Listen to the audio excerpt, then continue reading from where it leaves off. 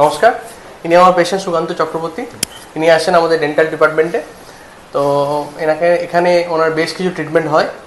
তো ওনার থেকে জেনে নেবো কেমন লেগেছে এখানে ট্রিটমেন্ট করি। নমস্কার স্যার। নমস্কার। যদি আপনি শেয়ার করেন এখানে কেমন লেগেছে আমরা ট্রিটমেন্ট করি।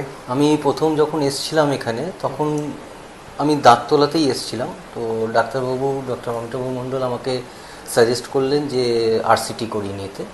তো আমি তখনই মনে হলো যে আরসিটি করাবো না দাঁত তুলবো, একটু ডিলেমাতে ছিলাম। তো উনি সাজেস্ট করলেন যদি আপনার দাঁত রাখতে চান তাহলে আরসিটিটাই বেস্ট, আর যদি তুলে দেন তাহলে তো আর কিছু করার থাকবে না। তো আমি তৎক্ষণাৎ রাজি হয়ে যাই। আমার প্রথমে উপরের দুটো দাঁতের প্রবলেম হচ্ছিল, তো উনি সঙ্গে সঙ্গে চিকিৎসা শুরু করে দেন এবং সেদিনই আমার ব্যথাও চলে যায়। তারপরে আমাকে বিভিন্ন রকম সেটিংয়ের মাধ্যমে উনি আমার চিকিৎসা করেন।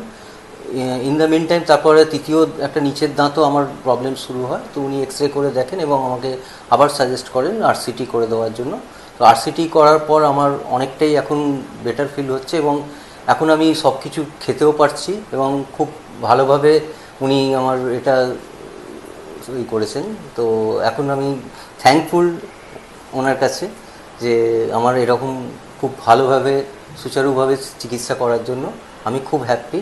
আর আমি আরেকজনের নাম করতে চাইছি, তিনি দ্রৌপদী ম্যাম, যিনি আমাকে বারে কন্ট্যাক্ট করে বিভিন্ন রকম আমার টাইম অনুযায়ী উনি আমার সাথে কোঅর্ডিনেট করে ডাক্তারবাবুর সাথে কোঅর্ডিনেট করে সিটিংগুলো অ্যারেঞ্জ করেছেন। Thanks to Draupadi. Thank you sir. সব থেকে বড় ইম্পর্টেন্ট আজকালকার দিনে ট্রিটমেন্টে সেটা হচ্ছে ফলো আপ। আমরা ডেন্টাল ট্রিটমেন্টের পর ফলো আপ করাই না। তো এভরি 6 মান্থস আপনি আসবেন, জাস্ট আসবেন। আমি একটা এক্সরে নেবো কেমন আছেন বা ক্রাউনের মধ্যে কোনো ডিফেক্ট আসছে কিনা সেগুলো আমরা দেখে আপনাকে জানিয়ে দেবো। তো আশা করি আপনার খুব ভালো লেগেছে। অবশ্যই আবার আসবেন। নমস্কার।